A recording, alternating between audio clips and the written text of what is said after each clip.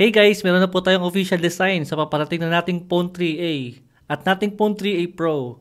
Ngayong March po siya ilalabas. Tara tignan po natin na magiging specs at design po ng dalawang smartphone na yan. Unahin ko na po dito guys sa may regular version ng nating Phone 3a. Basically parang walang malaking difference dito sa may nating Phone 3a. Ang obvious lang po na difference na dito guys is yung triple camera niya. Dahil naka dual camera lang po yung last year model. Pero kung titingnan po natin maigi guys, iba na po yung pattern niya sa may likod compare po sa may last year model.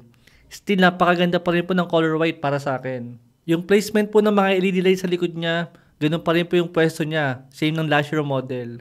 Dito sa may display niya is meron po siyang 6.77 inches na merong AMOLED display, 120Hz sa refresh rate, HDR10 po sa display, at up to 3000 nits na peak brightness. Saka Panda Glass protection sa may display. Naka 150 na rin po yan. Saka nating OS 3.1 na version. Snapdragon 7S Gen 3 guys yung magiging processor niya.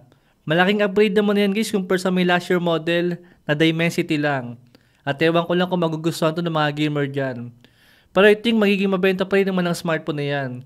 Dahil hindi naman gamer guys ang target market ng mga smartphone guys sila nating. Isang hiling ko lang po sa smartphone na yan, sana po 256GB na po yung internal storage niya. Yung pinaka base version. Di masyado na pong bitin ng 128 sa 2025 na mga smartphone po ngayon. Lalo po sa mga mid-range na smartphone. Sa camera naman naka triple camera nga siya guys na merong 50 megapixel na main camera, 50 megapixel na telephoto, at isang 8 megapixel na ultra wide.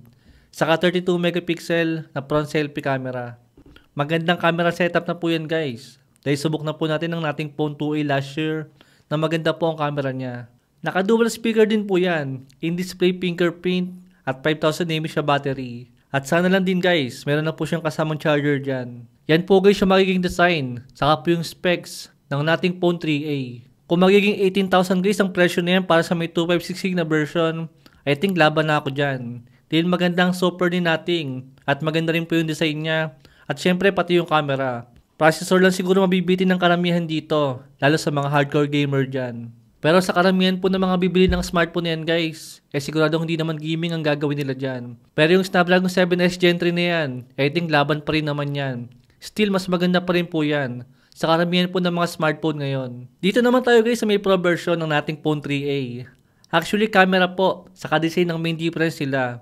Pero sa may display, sa may processor, pati sa may battery niya, same pa rin po siya ng regular version. Medyo naninibago lang po ako guys sa may design ng Pro version dahil hindi po symmetrical yung kanyang camera dyan sa may likod po niya.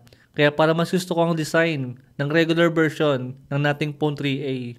Pero sa may design lang naman yan at nakadepende na po yan sa atin kung ano po yung mas preferred natin dyan. Saka ang lamang po guys ng Pro version is itong 50 megapixel na periscope camera habang naka 50 megapixel na telephoto po ang regular version. Yun lang po yung pinakaiba nila sa may camera. Siguradong maganda ang zoom guys ng Pro version. Pero kung di naman sa inyo mahalaga yan, I think sobrang sulit na po ng nating Phone 3a. Abangan na lang natin po ang dalawang smartphone sa susunod na buwan. Sa tingin nyo guys, magiging magkano ang SRP nila? At kung pipili po kayo sa dalawang version na yan, yung Pro version ba o yung regular version ang pipiliin nyo? Comment nyo na lang po sa baba guys. Thanks for watching.